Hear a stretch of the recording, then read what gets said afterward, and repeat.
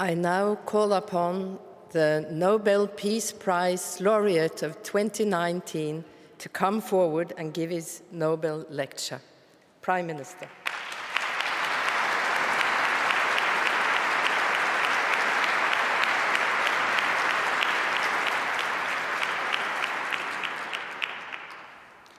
Your Majesties, Your Royal Highnesses, distinguished members of the Norwegian Nobel Committee, fellow Ethiopians, fellow Africans, citizens of the world, ladies and gentlemen. I am honored to be here with you today and grateful to the Norwegian Nobel Committee for recognizing and encouraging my contribution to a peaceful resolution of the border dispute between Ethiopia and Eritrea. I accept this award on behalf of Ethiopians and Eritreans, especially those who made the ultimate sacrifice in the cause of peace. Likewise, I accept this award on behalf of my partner and comrade in peace, President Isaias Afwerki, whose goodwill, trust,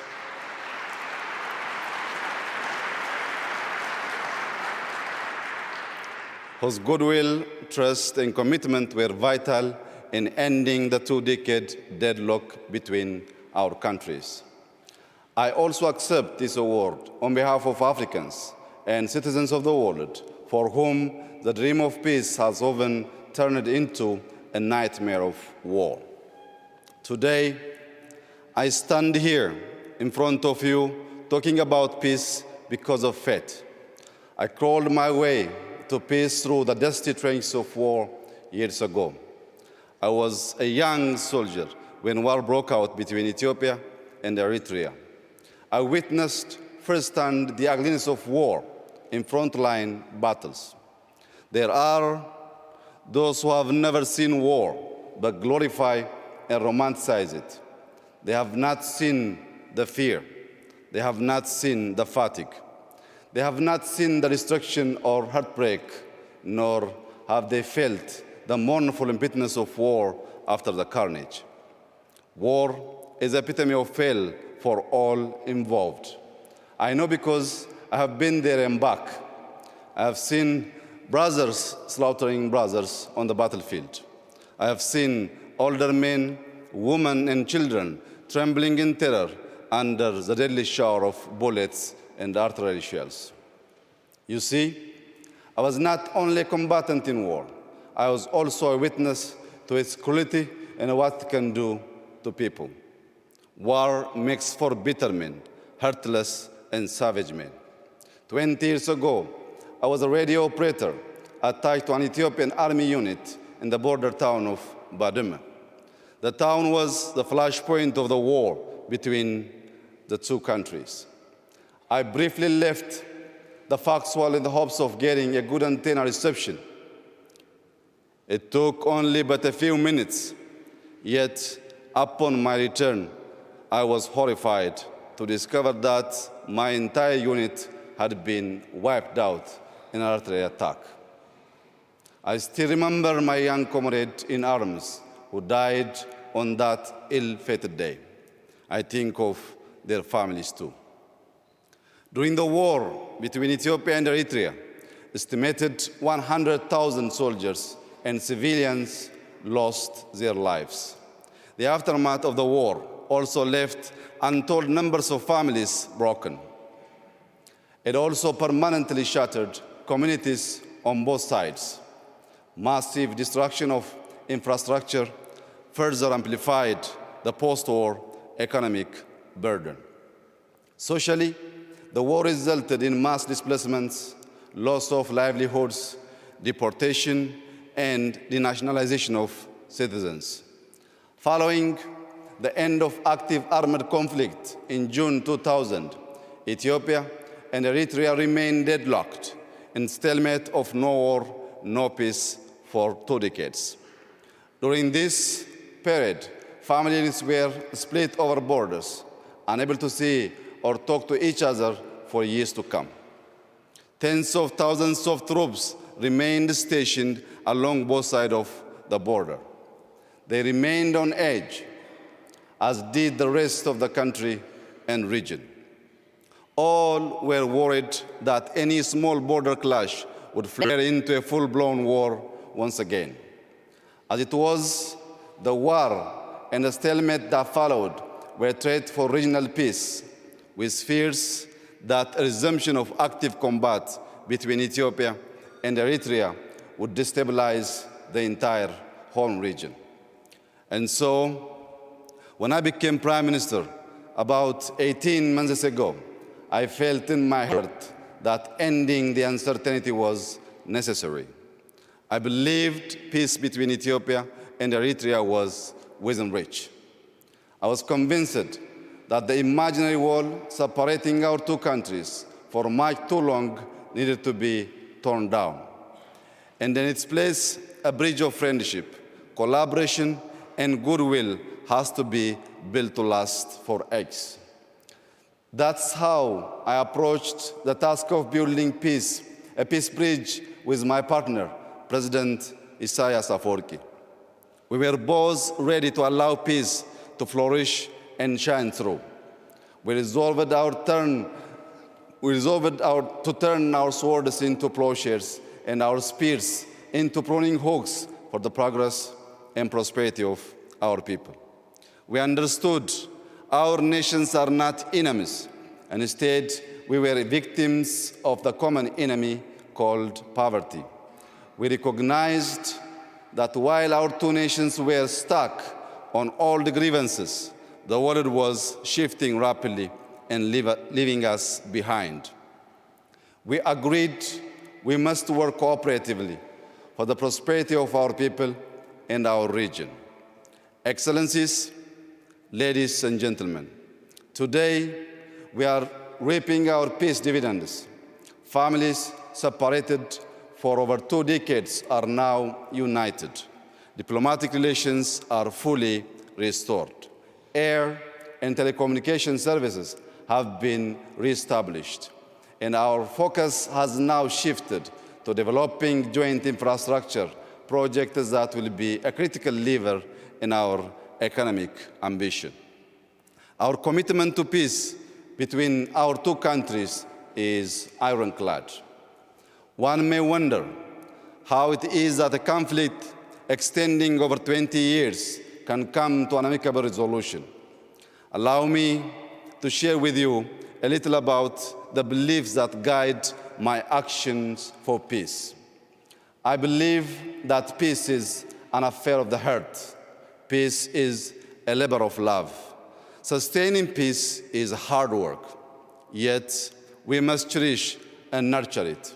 It takes a few to make war, but it takes a village and a nation to build peace. For me, nurturing peace is like planting and growing trees. Just like trees need water and good soil to grow, peace requires unwavering commitment, infinite patience, and goodwill to cultivate and harvest its dividends. Peace requires good faith to blossom into prosperity, security, and opportunity. In the same manner, trees absorb carbon dioxide to give us life and oxygen. Peace has a capacity to absorb the suspicion and doubt that may cloud our relationship. In return, it gives back hope for the future, confidence in ourselves, and faith in humanity. The humanity I speak of is within all of us. We can cultivate and share it with others if we choose to remove our masks of pride and arrogance. When our love for humanity outgrows our appreciation of human vanity, then the world will know peace. Ultimately, peace requires an enduring vision, and my vision of peace is rooted in the philosophy of Maddamar. Maddamar, an Amharic word, signifies synergy, convergence, and teamwork for a common destiny. Maddamar is a homegrown idea that is reflected in our political, social, and economic life. I like to think of Maddamar as a social compact for Ethiopians to build a just, egalitarian, democratic, and human society by pulling together our resources for our collective survival and prosperity. In practice, Madamar is about using the best of our past to build a new society and a new civic culture that thrives on tolerance, understanding, and civility. At its core, Madamar is a covenant of peace that seeks unity in our common humanity. It pursues peace by practicing the values of love, forgiveness, reconciliation, and inclusion. Excellencies, ladies and gentlemen, I come from a small town called Bashasha, located in the Oromia region of western Ethiopia. It is in Bashasha that the seeds of Madamar began to sprout. Growing up, my parents instilled in me and my siblings an abiding faith in humanity. Madamar resonates with the proverb, I am my brother's keeper, I am my sister's keeper. In my little town, we had no running water, electricity, or paved roads, but we had a lot of love to light up our lives. We were each other's keepers.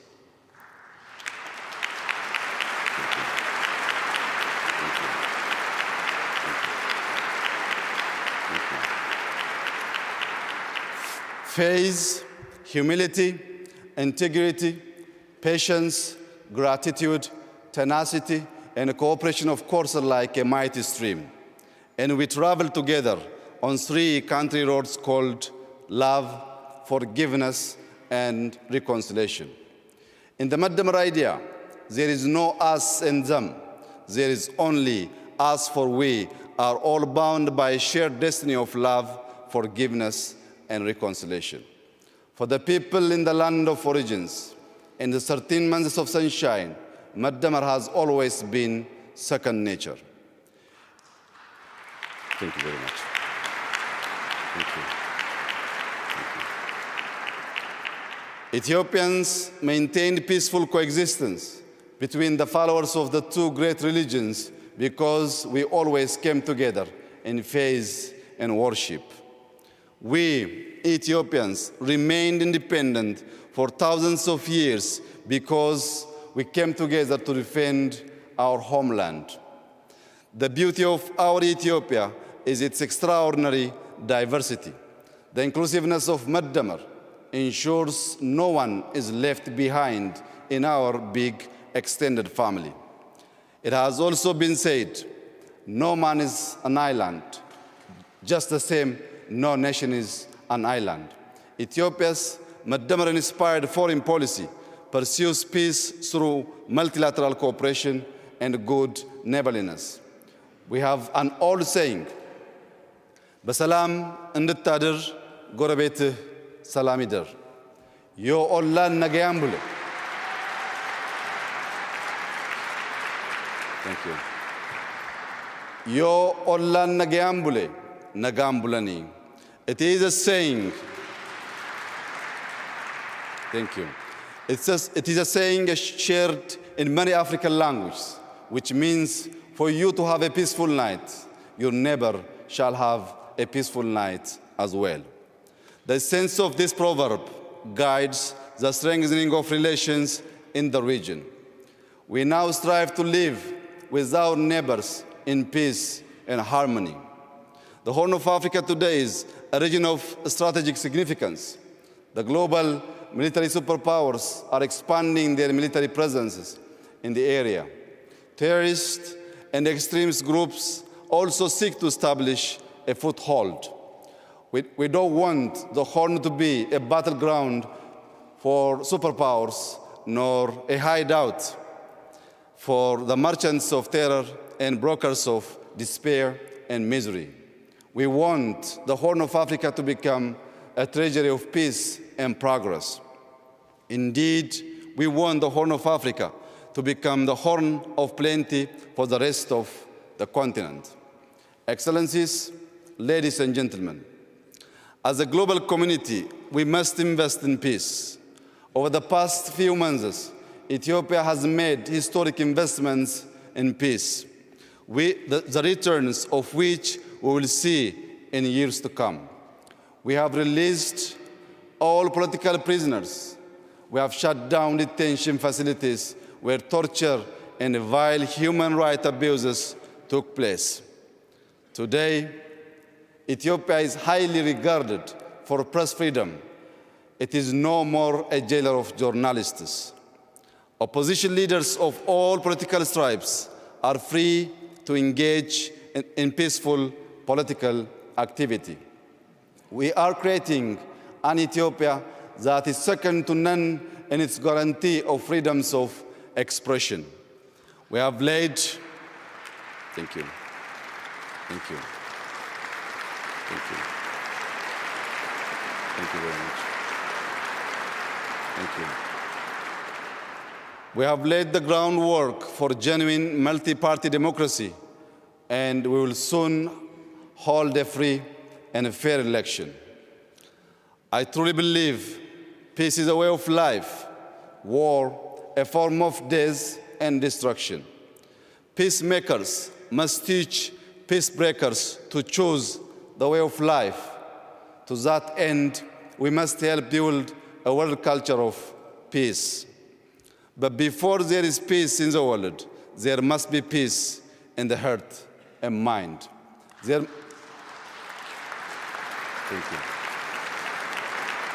Thank you. There must be peace in the family, in the neighborhood, in the village, and the towns and cities. There must be peace in and among nations. Excellencies, ladies and gentlemen, there is a big prize for enduring peace. A famous protest slogan that proclaims "No justice, no peace" calls to mind that peace thrives and bears fruit when planted in the soil of justice. The disregard for human rights has been the source of much strife and conflict in the world. The same holds in our continent, Africa. It is estimated that some 70% of Africa's population is under the age of 30. Our young men and women are crying out for social and economic justice. They demand equality of opportunity and an end to organized corruption. The youth insist on good governance based on accountability and transparency. If we deny our youth justice, they will reject peace. Standing on this world stage today, I would like to call upon all my fellow Ethiopians to join hands and help build a country that offers equal justice, equal rights, and equal opportunities for all its citizens.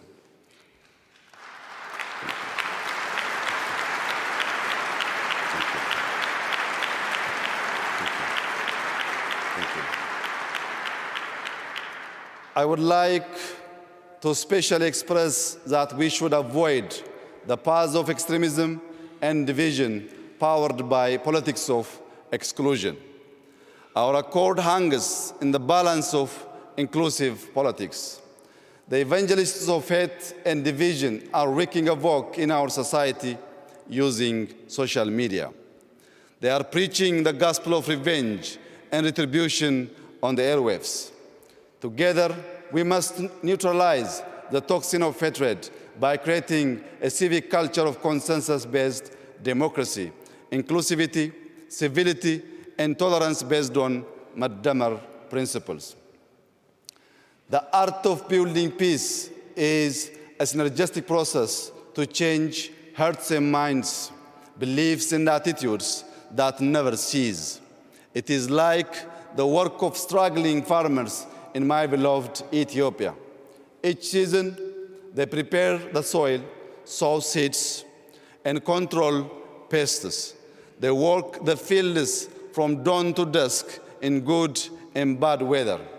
The seasons change, but their work never ends. In the end, they harvest the abundance of their fields. Before we can harvest peace dividends, we must plant seeds of love, forgiveness, and reconciliation in the hearts and minds of our citizens. We must pull out the weeds of discord, hate, and misunderstanding, and toil every day during good and bad days too. I am inspired by a biblical scripture which reads, "Blessed are the peacemakers, for they shall be called the children of God." Equally,